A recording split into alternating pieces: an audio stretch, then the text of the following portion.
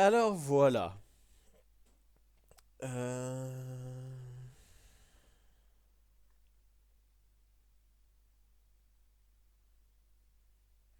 J'utilise un casque, finalement, c'est pas une très bonne idée. Je pourrais utiliser des petits écouteurs plutôt. Ce serait plus sympa. Mais le son est peut-être pas mal finalement. Et puis j'ai la flemme d'installer un micro, donc bon, on va voir. Bon, si je fais cette petite vidéo, c'est pour plusieurs raisons. C'est tout d'abord principalement pour vous parler du bonheur.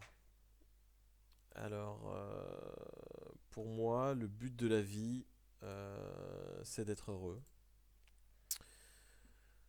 Euh, Qu'est-ce que le bonheur? Bon, alors déjà, le but de la vie, c'est d'être heureux. Donc quand même, il y a plein de gens qui vivent sur Terre et, euh, et qui font... Bon, bref, c'est pas très important. Le but de la vie, c'est d'être heureux. Qu'est-ce que le bonheur? Pour moi, le bonheur, c'est un sentiment de paix intérieure qu'il est possible de cultiver. J'ai une révélation il y a à peu près un mois, le 13 octobre 2019.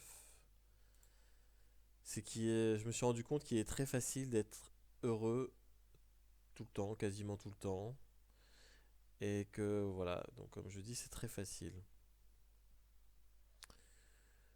Euh, pour le bouddhisme, le terme d'illumination, ça évoque l'idée d'un accomplissement surhumain, comme dit Eckhart Tolle. Et l'ego aime s'en tenir à cela. Mais l'illumination, c'est tout simplement votre état naturel. Euh, donc c'est vrai que pour beaucoup de gens, l'illumination, ça paraît impossible, ça paraît quelque chose de l'apanage d'un dieu ou qui demande des heures de réflexion, des années de méditation, etc. Pour Maslow, euh, dont est issue la célèbre pyramide de Maslow. Donc il faudrait qu'il y ait d'abord des besoins primaires, des besoins secondaires, des besoins de reconnaissance, des besoins d'amitié, des besoins de je ne sais quoi, etc. Et qu'après, au final, on arriverait à un certain état de réalisation de soi. Mais je suis pas tellement d'accord avec tout ça, même s'il y a beaucoup de bonnes choses à apprendre de part et d'autre de beaucoup de philosophie et de pensée au niveau par rapport au bonheur. Je pense que c'est quelque chose de très facile et que finalement il faut se rendre compte, réaliser vraiment que le bonheur ne dépend que de nous, qu'à partir du moment où on a un toit et de quoi manger, finalement on a tout pour être heureux. Et que notre état naturel, c'est le bonheur. Bon, bien sûr, il y a beaucoup de gens qui ne le ressentent pas. À cause de quoi? À cause de l'insatisfaction, à cause des désirs incessants qui tiraillent un peu tout le monde. Donc ça, c'est inhérent à l'analyse faite par le bouddhisme, l'épicurisme, beaucoup de philosophies grecques, latines, etc. Ou même récentes, voilà, euh, je citerai aussi Eckhart Tolle, qui est un auteur que j'aime bien, mais s'il y a beaucoup de choses avec lesquelles je suis pas d'accord avec lui. Mais voilà, notre esprit tout le temps souhaite avoir une nouvelle voiture, une copine plus jolie, une plus grande maison, que nos enfants se fassent telle école, tel métier. On se dit quand j'aurai ci, quand j'aurai ça, au bout d'un moment je serai heureux. Ou alors même on pense pas du tout au bonheur. Déjà on se dit bon bah le bonheur qu'est-ce que c'est? On sait même pas. Et surtout on se rend pas compte que notre esprit est tout le temps en fait en train de vouloir chercher à avoir toujours plus en fait. Donc c'est très intéressant parce que là, le monde a besoin d'en rentrer dans une nouvelle ère, l'ère du bonheur. Pour l'instant, on a pas mal réussi à développer nos sociétés pour ne plus mourir de faim. Même si malheureusement il y a encore beaucoup de pays dans le monde dans lesquels la faim est un gros problème. Mais dans les sociétés occidentales, c'est un peu moins pire. Et donc je pense qu'il est temps vraiment de s'enrichir spirituellement. Il y a un déclin de la religion catholique depuis des dizaines d'années. Il y a l'avènement de mouvements de pensée un peu négatifs qui arrivent. Il y a la montée de l'islam radical, par exemple, ou d'autres. Donc je pense que vraiment il est temps de s'enrichir, mais pas matériellement, mais spirituellement, de s'amuser, de rigoler, de prendre du bon temps. Bref, il est temps d'être heureux, quoi. Donc je pense que la révolution du bonheur va bientôt arriver. Ça devient nécessaire. Donc voilà, donc faut se rendre compte qu'on a déjà tout pour être heureux, pour résumer, et que en fait c'est un état d'insatisfaction qu'on cultive très souvent de façon inconsciente, qui fait qu'on s'en rend pas compte que finalement on a déjà tout pour être heureux.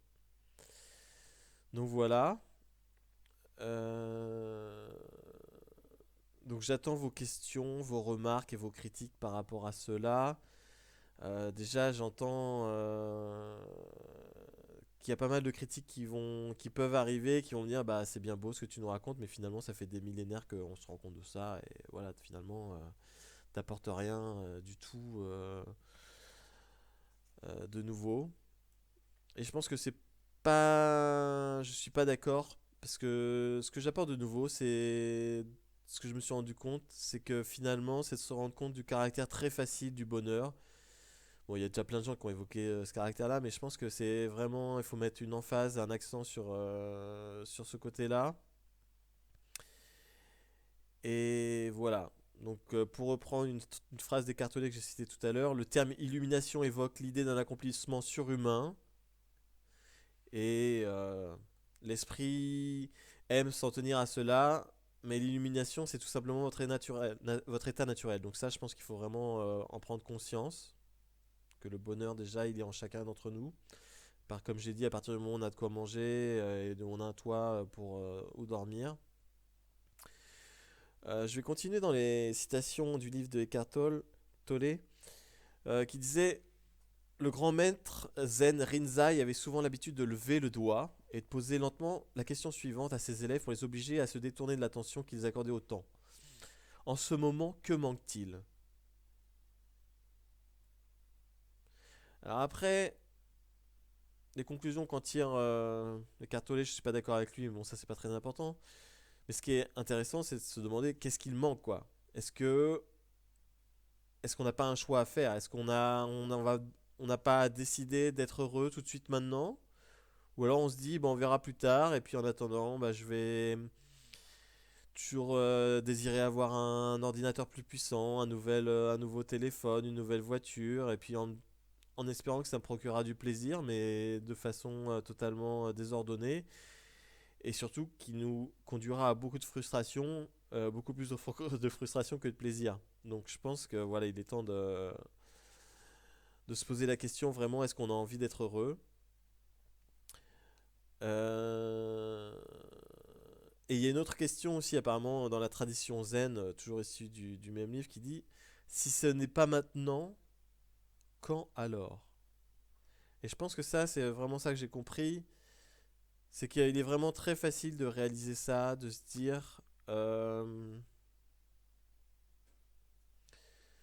voilà quoi, c'est maintenant, je décide d'être heureux, et de plus jamais me laisser importuner par n'importe quel désir ou pensée qui me fera croire que ça sera encore mieux plus tard, c'était encore mieux avant, ou etc. Donc voilà, j'attends vos questions, vos remarques, vos critiques.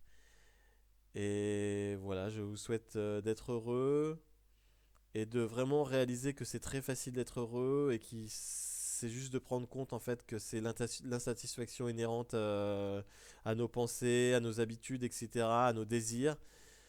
qui fait que on se sent pas forcément très bien. Bon, après, il y a plein de techniques sur lesquelles je reviendrai plus longuement, qui peuvent nous aider à, à faire face à la souffrance. Parce que voilà, la souffrance c'est aussi quelque chose de réel, il faut pas le négliger et puis dire que voilà, tout va pour le mieux dans le meilleur des mondes et qu'il n'y a pas de souffrance et que etc. Mais comme dit aussi Eckhart Tolle, la plupart de la souffrance que l'on s'inflige, à 99%, elle vient de notre esprit. Donc si on se rend compte de ça, eh ben, on sera libéré de 99% de la souffrance. Donc ce sera déjà pas mal. Un bon début, voilà. Bon bah sur ces belles paroles, je vous dis à très bientôt. Et je vous souhaite une excellente journée. Merci.